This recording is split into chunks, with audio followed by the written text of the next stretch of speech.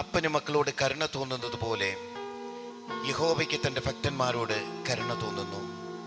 ഈ ദിവസങ്ങളിൽ നമ്മൾ ഭാരത്തിലും പ്രയാസത്തിലും പ്രതിസന്ധിയിലും ആകുലതയിലും രോഗത്തിലും നിരാശയിലൂടെയൊക്കെ കടന്നു പോകുമ്പോൾ ആരും നമ്മോട് കരുണ കാണിക്കുന്നില്ല. എങ്ങനെന്നും നമുക്കൊരാശ്രയമില്ല.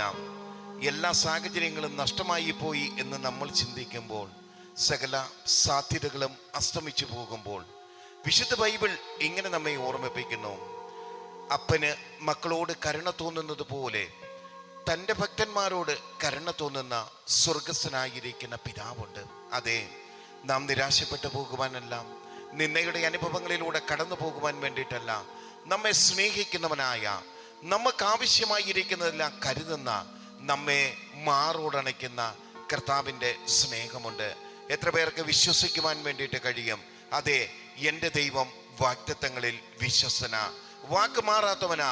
അവൻ എന്നെ ഉപേക്ഷിക്കുന്നവനല്ല. ഞാൻ നദികളിൽ കൂടി കടന്നാൽ അവൻ എന്നോട് കൂടെയിരിക്കും.